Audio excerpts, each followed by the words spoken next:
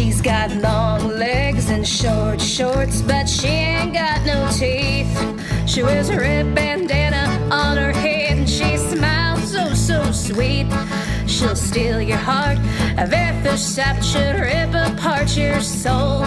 She'll torture your mind and waste your time and drag you down the road, 'cause she's a Jezebel, St. Andrew Jezebel, 'cause she's a Jezebel, St. Andrew Jezebel. Hey y'all, you're listening to episode 47 of the St. Andrews Jezebel podcast. For those of you who are new, my name is Ashley Feller. I'm a third-generation Panama City native, and I'm also a singer-songwriter. There's a lot of fun things going on in St. Andrews this month, and I can't wait to share them with you. This week, I'll be covering events for the week of October 7th through the 13th. I don't have a guest this week, but we've got some great upcoming guests, which include the Witches of St. Andrews, Pat Nease of the Bay Storytellers, and local artist Morgan Summers.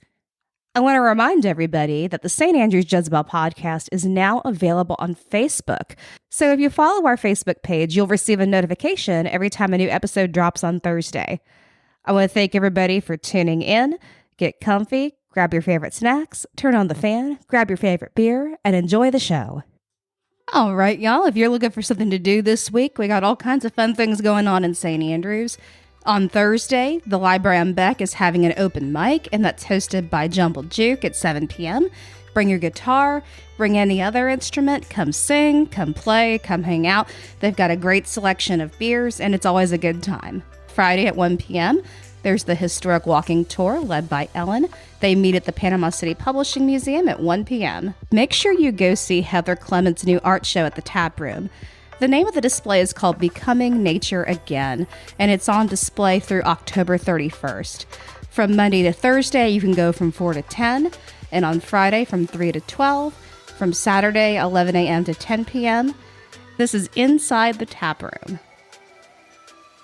Then you've got the market at St. Andrews, which is at the Smith Yacht Basin. That's next to the shrimp boat. The market opens at 8 a.m., and I believe they go to 1 p.m. They've got all kinds of cool vendors, they've got food trucks, and there's music by Floriopolis that begins at 10 a.m. Also this Saturday night from 5 to 10 p.m. is the Haunted Alley Art Show, and this is appreciating all local artists that channel their spooky vibes all year long. There will be art displays, handmade Halloween decorations for sale, live tarot card readings, and lots of witchy things to get into, and this is in the alley behind the Salty Hobo. True Soul will be playing at the Hobo starting at 8 p.m. On Sunday, there's live music for brunch at Alice's at 10:30. They've got a great menu. Bring your friends, have some mimosas, maybe a Bloody Mary, and end your Sunday just right. And then on Mondays is Monday Night Little Fest at the Tap Room. This is hosted by Kirk Lancaster, and this is a showcase that features several local musicians playing originals and covers. So this Monday at the Tap Room from 6 to 9, go out and support live music. On Tuesday, you can go see the new Art in Public Spaces display on Janie's Fence. The current artwork was created by Floriopolis volunteers, and the current theme is sunsets. Then every Wednesday is line dancing at the House of Bourbon with Janine, and they start at 7 p.m.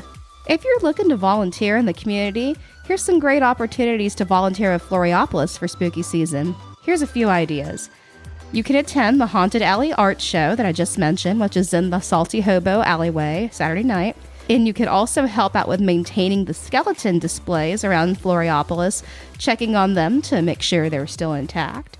You could attend a Midsummer Night's Dream at Oaks by the Bay Park, October 15th and 16th. Or you could help with trick-or-treating at Floriopolis on Saturday, October 30th from 9 to 11. Floriopolis will provide the candy. All you have to do is hand it out. Finally, on October 30th, you can help line the streets in the Witches of St. Andrews Bike Parade at 10 a.m. By the way, the Witches of St. Andrews are going to be our guests next week. I am so excited to interview them, and I'm so excited to hear what they've been up to. By the way, the Witches of St. Andrews are our next guests on the podcast, along with Pat Nease and also Morgan Summers. So we've got some great guests ahead for you. There's always help needed in taking down spooky season. So if you're someone who likes to help clean up, when spooky season is over, it would be great to have some volunteers to help take down the decorations at Floriopolis.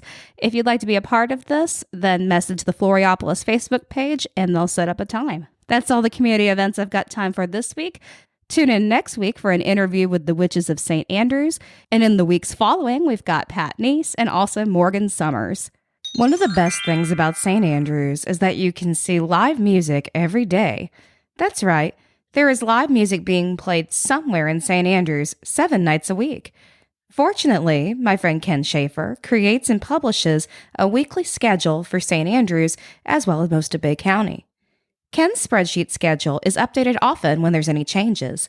Ken also shares individual music events and is walking the walk and talking the talk when it comes to supporting live music.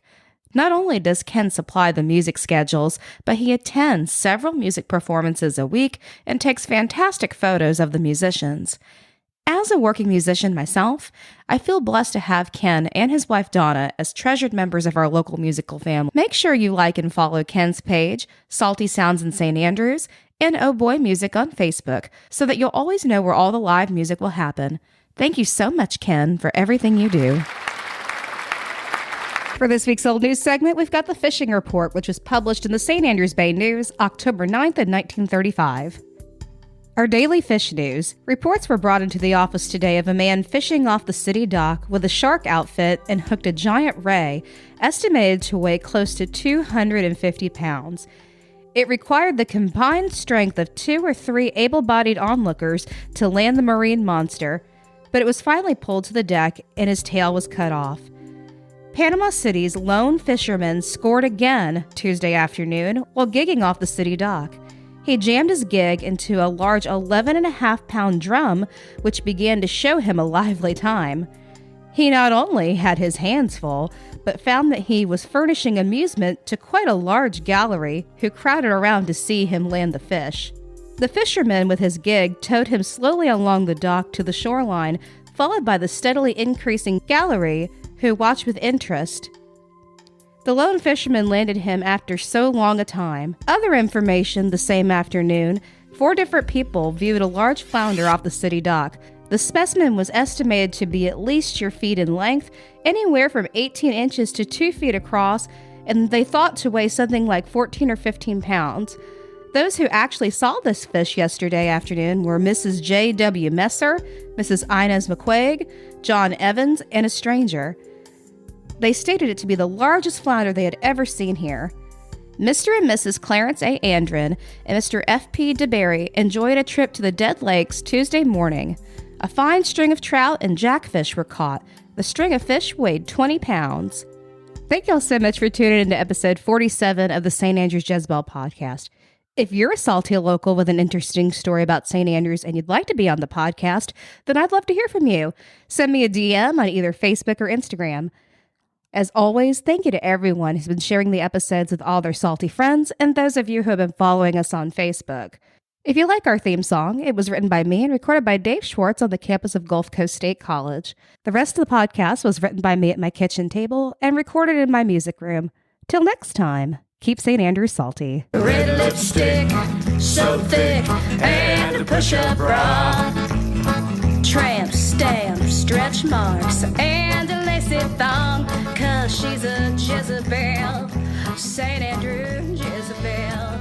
'Cause she's a Jezebel, St. Andrew.